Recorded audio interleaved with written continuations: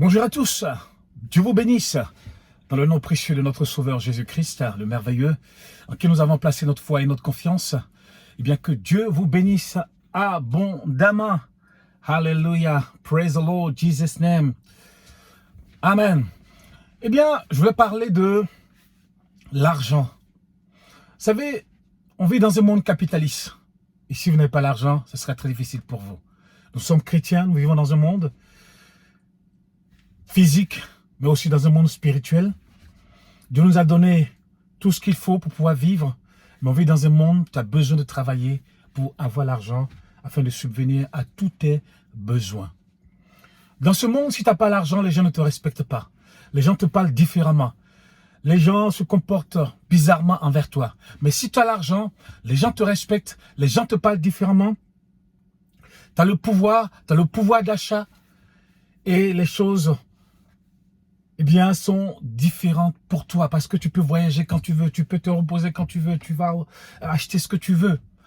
Donc l'argent, quoi qu'on fasse, est très très important dans le couple.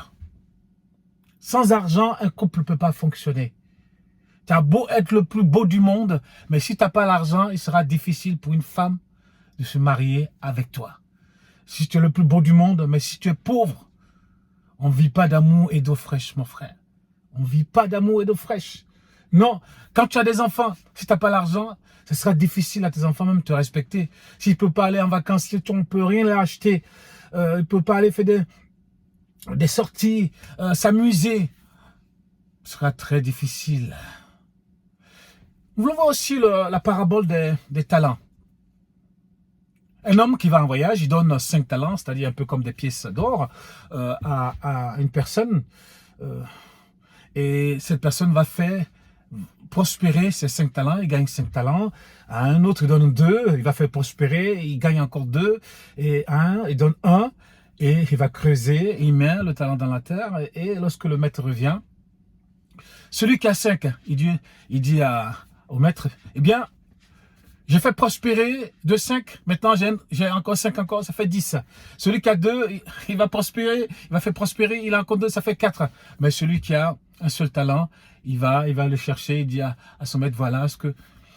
Voyez-vous, Dieu, dans cette parabole, ici, l'homme ici est le substitut, enfin, l'homme ici remplace, je dirais, l'image de Dieu qui nous a donné des dons pour le servir, pour que le royaume de Dieu avance.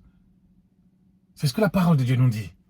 Mais ici aussi, on peut l'interpréter dans le sens où, eh bien, Dieu nous donne l'argent afin que nous puissions investir. Investir pour pouvoir subvenir aux besoins de nos familles.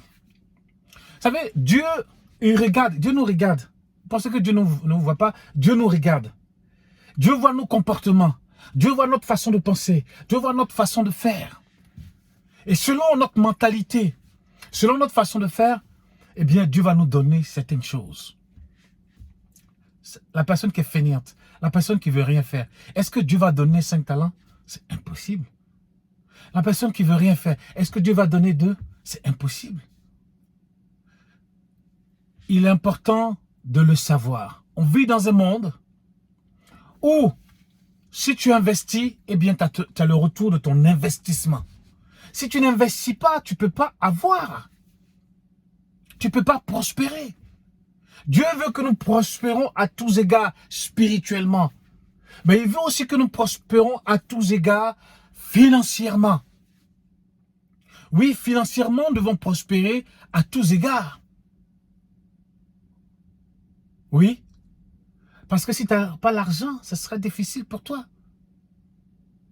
Si tu n'as pas l'argent, comment tu peux acheter une maison si tu n'as pas l'argent? Et la banque ne peut pas te faire confiance si tu n'as pas l'argent.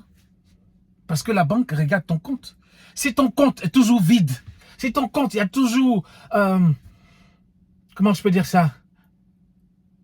Il n'y a toujours rien dedans. Ou tu es toujours à crédit dans ton compte. Comment la banque peut te faire confiance?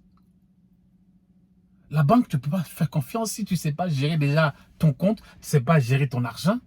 Et à plus forte raison, Dieu. Nous devons savoir gérer les talents que Dieu nous a donnés spirituellement.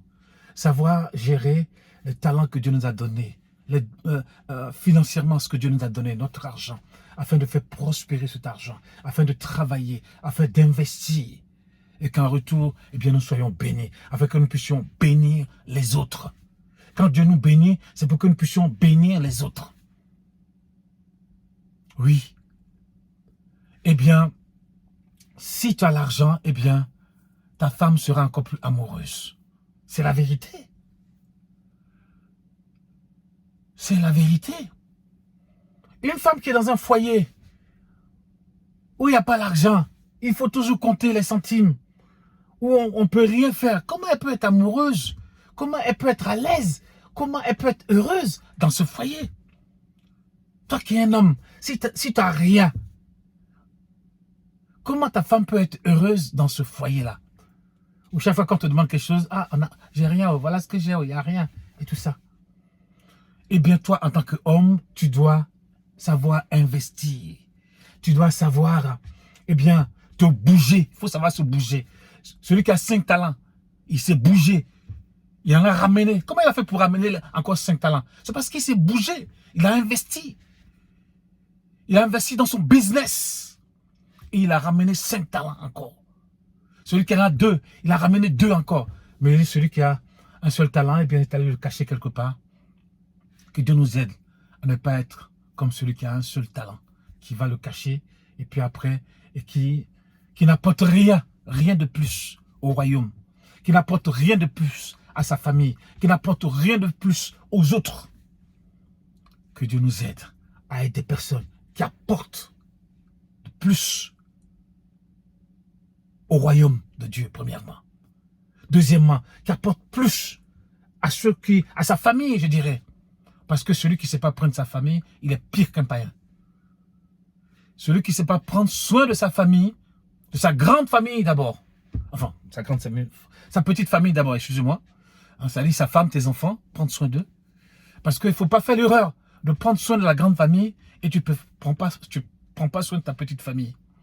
Il faut prendre soin de ta petite famille d'abord, ta femme elle est heureuse, tes enfants ils sont heureux, et ainsi tu prends soin de ta grande famille. Parce que certains ici, ils ne prennent pas soin de leurs femmes, de leurs enfants, mais ils envoient l'argent au pays. Ils envoient l'argent tous les mois au pays, et leurs enfants souffrent ici, leurs femmes souffrent ici. Non, il faut prendre soin de ta famille, parce que sinon tu es pire qu'un païen. Donc il est important de savoir que l'argent est très important. Money is important. C'est très important. Si tu ne sais pas ça, si tu n'as pas l'argent, tu ne peux rien faire. Tu es bloqué, complètement bloqué. Même quand on est chrétien. Voilà pourquoi il est important de savoir, n'est-ce pas, investir. De savoir, n'est-ce pas, faire prospérer ce que Dieu nous a donné. Faire prospérer les talents que Dieu nous a donnés. Afin de pouvoir bénir notre famille, bénir l'église, bénir les serviteurs, bénir les veuves, les orphelins, bénir les gens autour de nous. Oui, l'argent c'est important. C'est vrai que des fois dans l'église, les gens ont peur de parler de l'argent. Mon frère, s'il n'y a pas l'argent, on ne peut pas louer une salle. S'il n'y a pas l'argent, on ne peut absolument rien faire. Tu ne peux pas aller voir quelqu'un pour dire, je vais acheter un terrain, mais que Dieu te bénisse. Il ne peut pas donner son terrain en lui disant simplement que Dieu te bénisse. Il faut aller prendre l'argent pour lui donner et faire des papiers pour que le terrain puisse t'appartenir. La voiture, la même chose. Et toute chose, la même chose. La maison à construire, la même chose. Il faut avoir l'argent. Savoir s'asseoir et calculer d'abord avant de construire. C'est ça. Et la Bible en parle. La Bible en parle. Et nous, en tant que chrétiens, nous devons le savoir. Le savoir, savoir gérer les talents que Dieu nous donne. Savoir gérer l'argent que Dieu nous donne. Afin d'être en bénédiction pour les autres. Afin d'être en bénédiction pour notre épouse. Afin d'être en bénédiction pour nos enfants. Afin d'être en bénédiction pour notre famille. Alléluia! Dieu est bon, Dieu est merveilleux. Eh bien, si tu passes par les moments difficiles, eh bien, crois que Dieu est bon. Ne sois pas fainéant. Sois un homme courageux. Un homme courageux qui se lève le matin, qui va se battre pour sa famille, qui va se battre. Oui, moi, je me lève tous les matins, très tôt, pour me battre, pour pouvoir nourrir ma famille, mettre le pain sur la table. Comment j'ai pu avoir cette voiture? C'est parce que j'ai travaillé dur. Il a dit, il a une Tesla. Mais il a une Tesla, mais comment il a fait? C'est parce que je travaille. Je travaille. Mais vous voyez, faire les vidéos. Mais je travaille le matin très tôt. À 5 heures, je suis debout. Ça fait plus de 30 ans que je travaille. Je ne me suis pas amusé. Je suis en Occident, mais je ne me suis pas amusé. J'ai travaillé tout le temps. Oui, celui qui ne travaille pas, il n'a rien. J'ai travaillé. Je travaille toute la journée. Je travaille. Seul le travail apporte la richesse. Seul le travail apporte de l'abondance. Seul le travail apporte tout ce que nous avons. On sera, en tant que chrétien, on ne sera pas toujours en train de mendier. Est-ce que tu peux me donner un petit peu? Tu peux me donner un petit peu? Et on est en train de faire des calculs. Comment on va faire pour aller demander l'argent à celui-ci?